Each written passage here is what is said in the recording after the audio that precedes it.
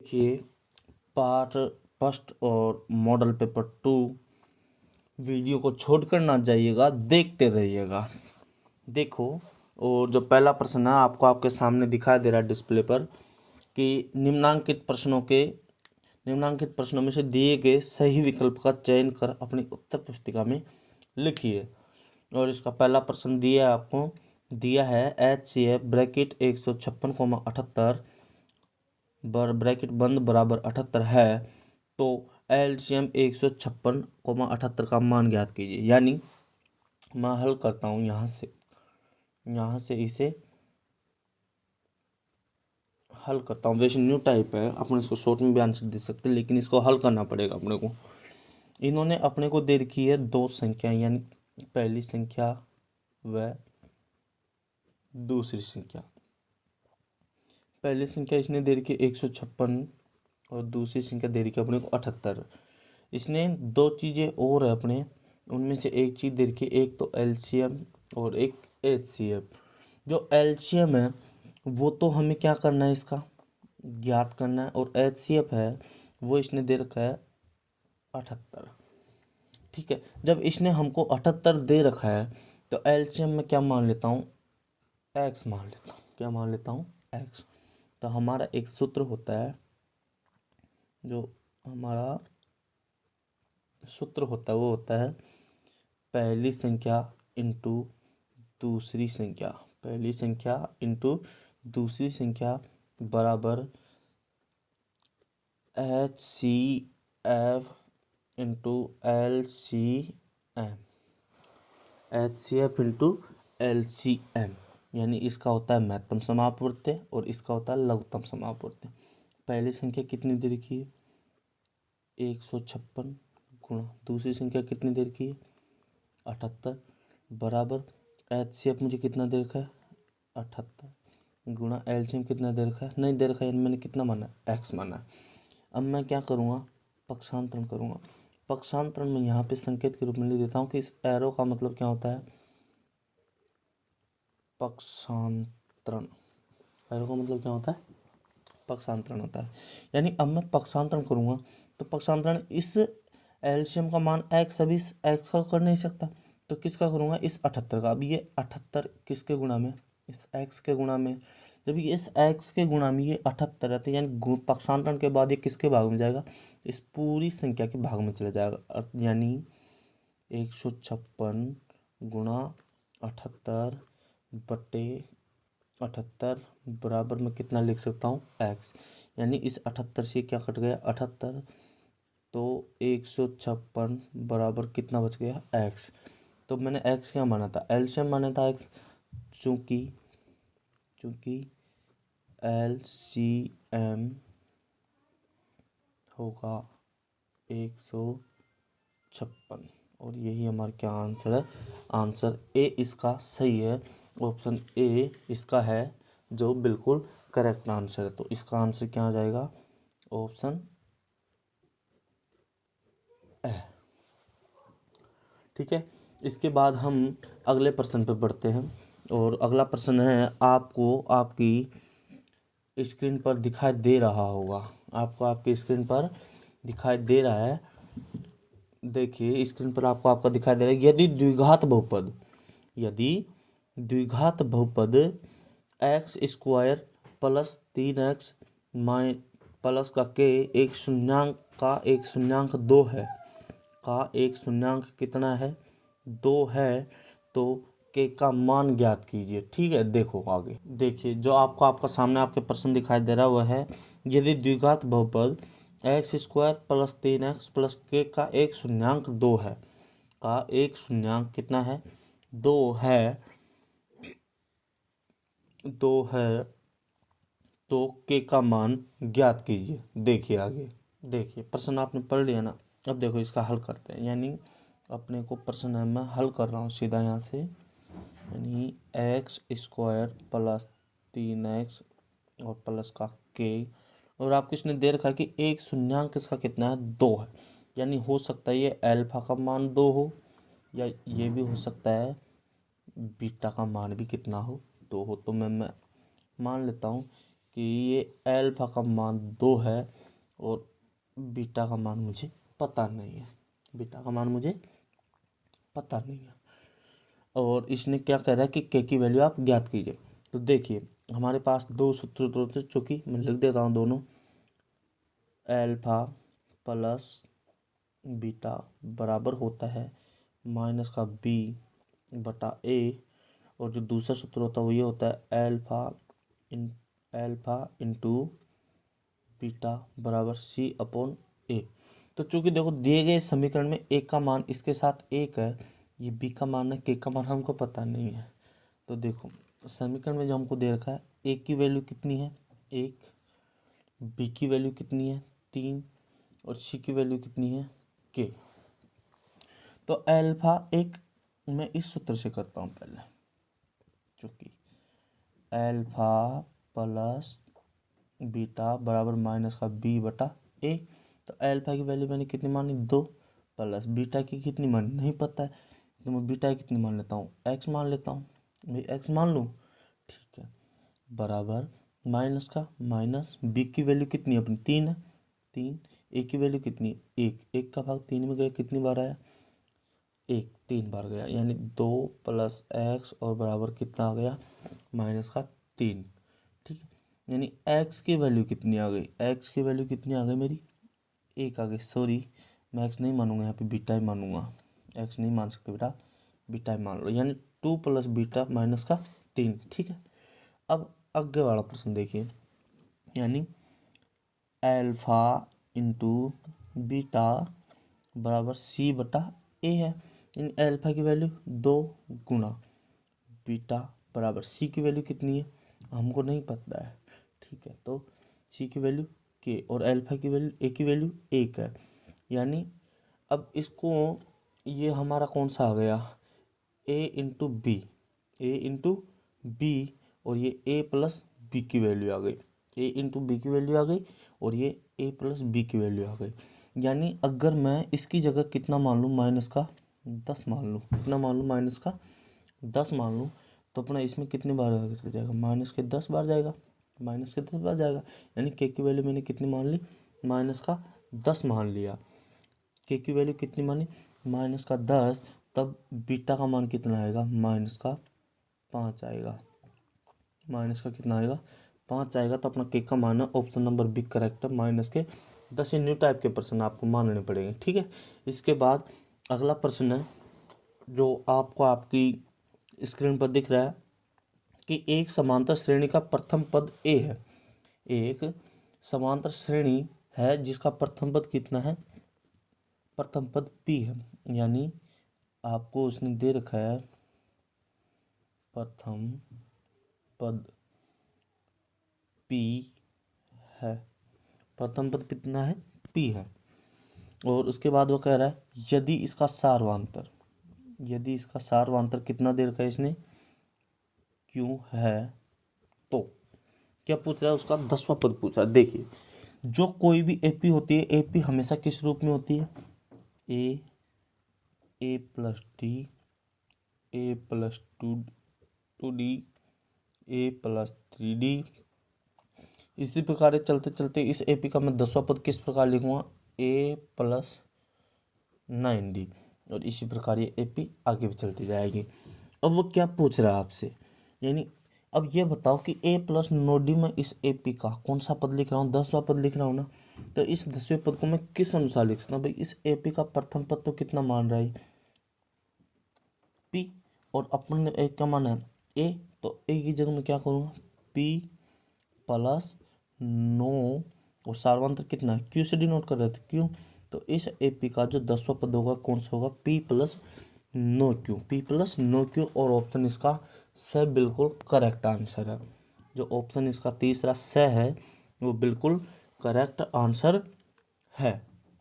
इसके बाद आगे प्रश्न देखिए, इसके बाद आपका अगला प्रश्न दिखाई दे रहा है कि जो स्क्रीन पर दिखाई दे रहा है बटन 1, 3, 2, 5, 9 का माध्य ज्ञात कीजिए, 1, 3, 2, 5, 9 का माध्य ज्ञात कीजिए। आपको प्रश्न आपके स्क्रीन पर दिखाई दे रहा है, तो देखिए माध्य ज्ञात करा रहा है, तो आपको ये गुमराह कर रहा है प्रश्न, ये माध्यक के लिए बोल रहा है, लेकिन आपको इसका माध्यक नहीं बल्कि माध्य ही ज्ञात करना पड़ेगा। आप माध्य भी कह सकते हो या फिर इसे औसत भी कह सकते हो। इस प्रश्न क्यों कह सकते हो? क्योंकि इसमें वर्ग नहीं, आपको सीधी संख्याएं दे रखी है।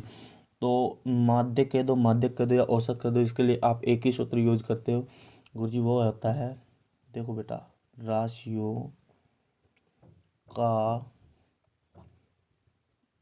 योग बटे राशियों की संख्या। ठीक है, राशियों का योग बटे राशियों की संख्या। तो अब राशियों का योग करना, आपको इसने संख्याएं दे रखी है जो आपको प्रश्न में दिखाई दे रही है अभी भी, और वो संख्याएं हैं 1, 1 + 3 + 2 + 5 और प्लस का 9। ये संख्याएं आपको प्रश्न में दे रखी।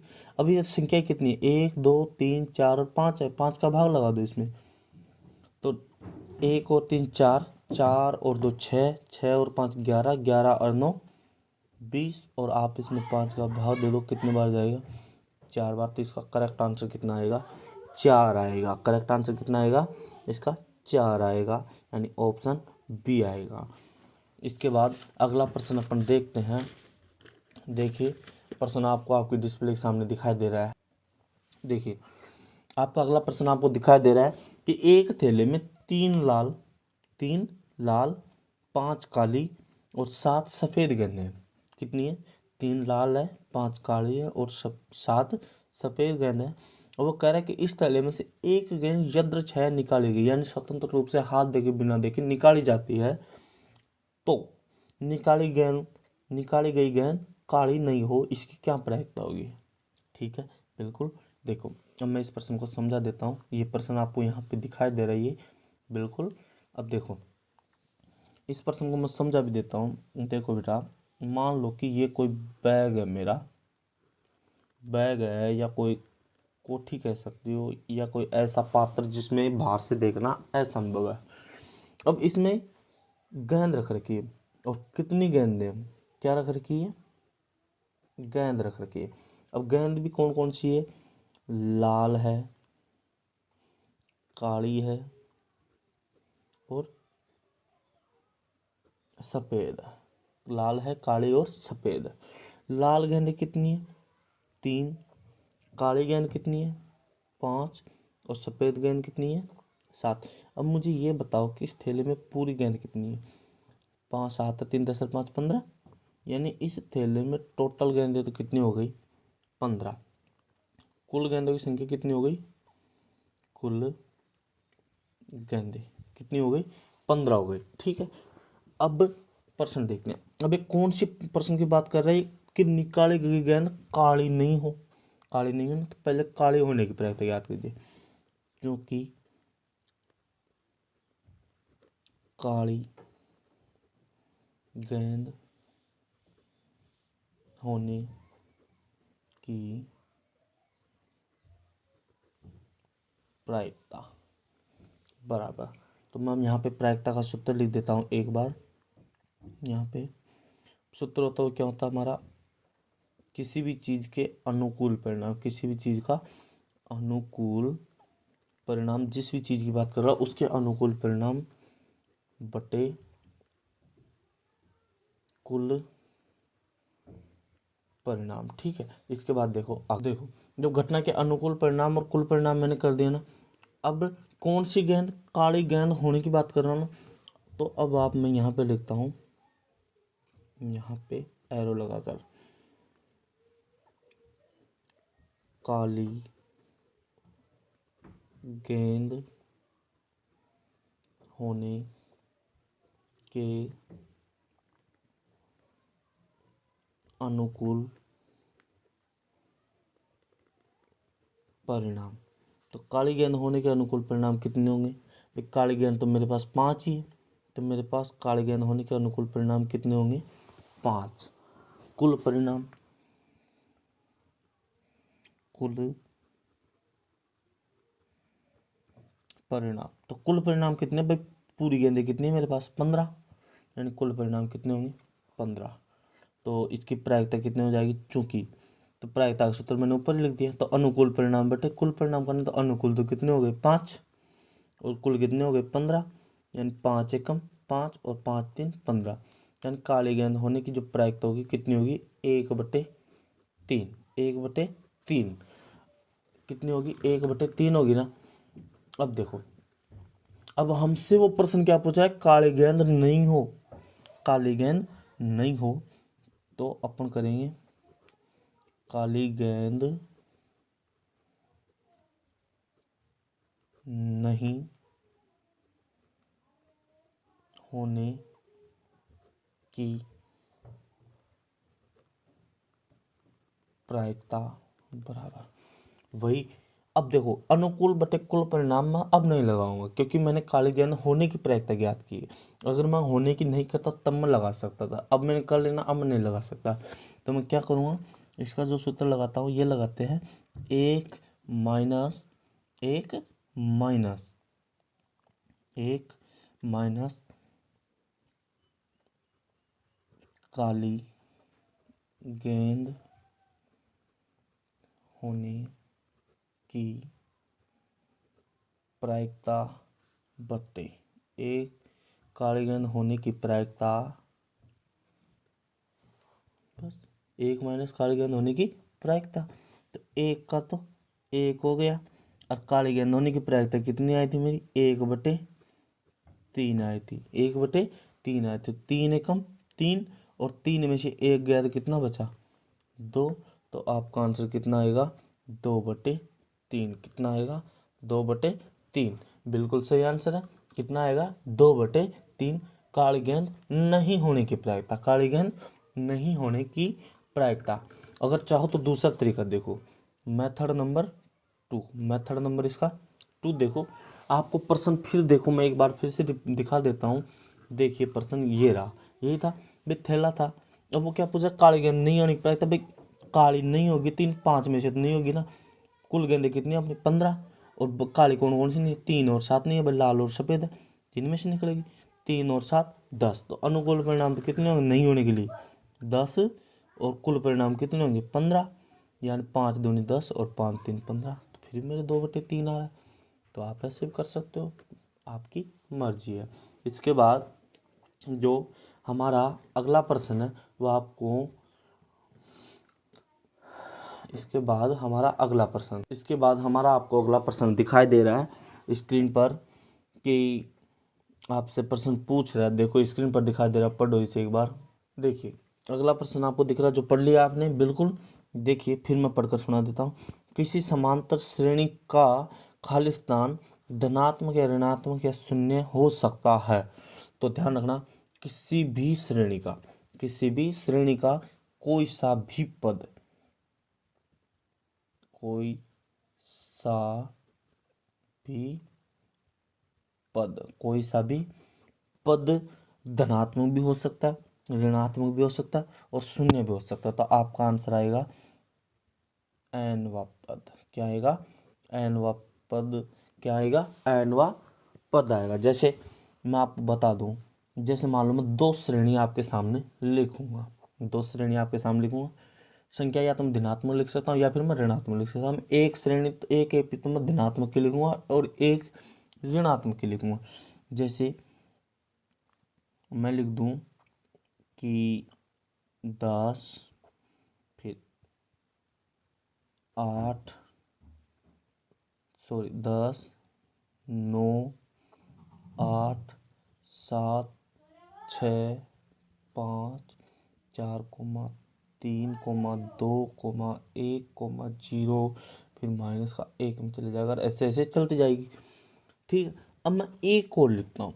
जैसे मैं लिख दूँ, मैं यहाँ से लिखता हूँ, यानी कि मैं यहाँ से लिख दूँ कि जैसे 6 फिर 3 फिर 0 फिर -3 फिर -6 -7 और ऐसे डॉट डॉट डॉट करके, सॉरी 9 -9 और डॉट डॉट डॉट करके चलती जाएगी। यानी इनका डिफरेंस बराबर है, 3 में से यानी 6 में से 3 जाएगा तो 3 बचेगा माइनस का, इधर भी माइनस का 3। अगर माइनस के 6 में से माइनस का 3 घटाता हूँ, माइनस के 6 में से माइनस का 3 घटाऊँ तो माइनस का 3 बचेगा। क्यों? क्योंकि माइनस माइनस प्लस हो जाएगा। 9 में से 6 गए तब भी आपका 3 बचेगा। और इसमें एक का डिफरेंस आ रहा है, तो कोई सा भी पद, यहाँ पे तो कौन सा ही पद आ गया, तीसरा ही पद आ गया। यहाँ पे कौन सा पद आया, लगभग 11वां पद जाके, और यहाँ पर 12वां पद ऋणात्मक आया, यहाँ पे चौथा ही पद ऋणात्मक आ गया। तो कोई सा भी पद ऋणात्मक भी हो सकता है, धनात्मक भी हो सकता है, और उस एपी का शून्य भी हो सकता है। बिल्कुल समझ में आ गई। इसके बाद आपसे कह रहा है अगला प्रश्न जो है, अभी आपकी डिस्प्ले पर आपको दिखाई दे रहा होगा कि किसी वर्ग की उच्च सीमा, किसी भी वर्ग की उच्च सीमा या निम्न सीमा, उच्च सीमा तथा निम्न सीमा का जो अंतर होता है वो क्या कहलाता है। ठीक है, तो देखो मैं जैसे लिख देता हूँ कि वो माध्य है, जैसे मैं छोटा सा लिख देता हूँ कि 10 से 15, 15 से 20 और 20 से 25, छोटा सा लिख देता हूँ वैसे, 4 3 2। अब ये माध्य ज्ञात करूँगा, यानी 15 और 10 के बीच का अंतर कितना, 5 है ना, तो इनके अंतर को हमेशा ऊंचाई लिखते हैं। क्या लिखते हैं? इनकी ऊंचाई लिखते हैं। ऊंचाई को किससे डिनोट किया जाता है? एच से किया जाता है। तो या तो आपको एच देगा एग्जामिनर या फिर ऊंचाई देगा। बिल्कुल, तो इसका आंसर कितना आएगा? ऊंचाई। उनके अंतर को क्या लिखते हैं हम? ऊंचाई से डिनोट करते हैं, उसे इंग्लिश वर्ड डिजिट अंकित करते हैं एच वर्ड से। इसके बाद आपसे आपका अगला प्रश्न पूछ रहा है, जो आपको आपके डिस्प्ले पर दिखाई दे रहा है, आपके डिस्प्ले पर आपको दिखाई दे रहा है कि द्विघात समीकरण की द्विघात सॉरी आपको आपका प्रश्न दिखाई दे रहा है कि किसी धनात्मक पूर्णांक p के लिए, किसी धनात्मक पूर्णांक p के लिए, किसी धनात्मक पूर्णांक p के लिए प्रत्येक धनात्मक विषम पूर्णांक ज्ञात कीजिए। प्रत्येक धनात्मक विषम पूर्णांक ज्ञात कीजिए। देखो यह किस रूप में होगा, वैसे तो रूप ज्ञात कर रहा है अपने से और कुछ नहीं मांग रहा। यह क्या कह रहा है कि कोई p है, क्या है? p है, और वो p क्या है? धनात्मक पूर्णांक। तो मैं कह दूं माना p बराबर धनात्मक पूर्णांक में 1 मान लेता, क्योंकि ये धनात्मक है। माना p बराबर 1 मानने पर मान लिया। अब इससे विषम भी लेके आना, किंतु धनात्मक पूर्णांक होना चाहिए। ये तो विषम धनात्मक पूर्णांक की ऑलरेडी, ये तो विषम धनात्मक पूर्णांक है ही, ये तो विषम धनात्मक पूर्णांक है। अब p के बराबर इसने ये तो नहीं कहा कि सम धनात्मक पूर्णांक, नहीं ना, ये केवल यह कह रहा है कि p एक धनात्मक पूर्णांक है। जब p बराबर एक धनात्मक पूर्णांक मैंने 1 मान लिया, तो अब मैं इसे अगला विषम धनात्मक पूर्णांक लेके आता हूँ। देखो मेरी जो संख्या होती है 1 3 5 7, ये होती है ना विषम संख्या, डॉट डॉट डॉट। यानी ये बताओ इनका अंतर कितना है? 2 का। इनका अंतर कितना है? 2 का। इनका अंतर कितना है? 2 का। तो अगली संख्या लेके आऊंगा, यानी p में मैं कितना जोड़ूंगा, p में कितना जोड़ू कि मेरे पास 3 आ जाए। तो p की वैल्यू 1 मानी, प्लस का x माना, और इधर आया 3, यानी x बराबर 3 माइनस 1। तो मैं कितना लूँगा, यानी x की वैल्यू कितनी आ गई? 2 आ गई। तो जो अगला पद लेके आऊँगा विषम धनात्मक, उसमें मैं क्या करूँगा? p प्लस 2 ऐड कर दूंगा। कितना ऐड कर दूंगा? p प्लस 2 ऐड करूँगा। अगला धनात्मक, मतलब प्रत्येक धनात्मक विषम पूर्णांक किस रूप में हुआ? p plus 2, p plus 4, p plus 6, p plus 2, p plus 4 और p प्लस 6 के रूप में आपका ये धनात्मक पूर्णांक आएगा। देखिए, या तो हम अगला विषम धनात्मक लेके आने के लिए p प्लस 2 या p प्लस 4, p प्लस 6 करें, लेकिन यदि अगर p एक धनात्मक पूर्णांक, उसकी वैल्यू में कितनी मान लेता हूँ? 2। उसकी वैल्यू कितनी मान लेता हूँ? 2 मानता हूँ। तब देखो मैं p की वैल्यू 2 मानूंगा तो 2 के बाद 3, फिर आएगी विषम संख्या 5, फिर आएगी 7 और फिर आएगी 9। तो अब बताओ मैं 2 में कितना जोड़ूंगा तब 3 आएगा? 1, यानी p प्लस 1, p प्लस 1। फिर 5 लाने के लिए तो मुझे बहुत जोड़ने पड़ेंगे। कितना? p plus 3, p plus 3, p plus 5 और P+7। तो या तो ये होगा P+1 या P+2 आपका आंसर आएगा, दोनों हो सकते हैं। इसके बाद आगे देखिए प्रश्न। इसके बाद आपको अगला प्रश्न दिख रहा है इस वीडियो का सबसे लास्ट और अंतिम प्रश्न।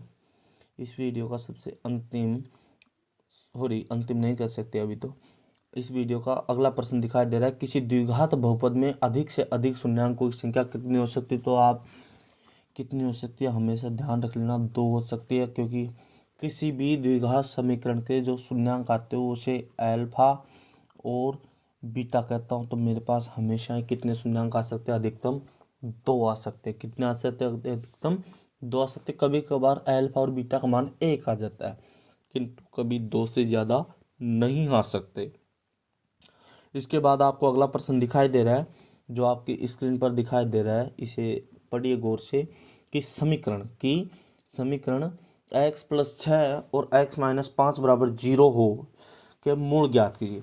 यानी अपने को इसने क्या कर रखा है कि x+6 और x-5 और इनका क्या कर रखा है बराबर में 0 कह रहा है कि इसके मूल ज्ञात कीजिए। यानी अपने को पता चल रहा है कि टुकड़ा करके लिख रखे, ये टुकड़े करके ऑलरेडी कॉमन लिए जा चुके हैं और उसके बाद लिखे। यानी आप लिख दो x+6 बराबर 0 और x+5 बराबर 0। यानी x बराबर कितना हो जाएगा, पक्षांतरण करूंगा इसका तो x बराबर -6, इसका पक्षांतरण करोगे यानी x बराबर कितना आ जाएगा -5। तो हमारे इसके मूल हो जाएंगे -6 और -5। और अब इसी के साथ मैं आपसे विदाई लेता हूँ। और 73वें गणतंत्र दिवस 26 जनवरी 2022 की गुरुकुल टीम की तरफ से तथा एजुकेशन हब ऑफिशियल कह दो या आपके अपने यूट्यूब चैनल लोकेश सर से आपको हार्दिक बधाई एवं अग्रिम शुभकामनाएं दी जाती है। और ऊंचाइयों को छुओ, बुलंदियों को छुओ, यही उम्मीद करता हूँ। अगर हो सके तो वीडियो को शेयर कर देना, अगर वीडियो पसंद आया हो तो लाइक कर देना, और चैनल को अभी तक सब्सक्राइब नहीं किया है तो सब्सक्राइब ज़रूर कर दीजिए, क्योंकि इसी प्रकार के अधिकतर जानकारी व ऐसे वीडियो पाने के लिए बेल आइकन बजा देना ताकि सबसे पहले नोटिफिकेशन आपको मिल सके। इसी के साथ जय श्री जय सत श्री अकाल, थम्मा गणी, राम राम, सामा सामा, और भी कोई हो तो वो भी मार लेना। ठीक है, धन्यवाद।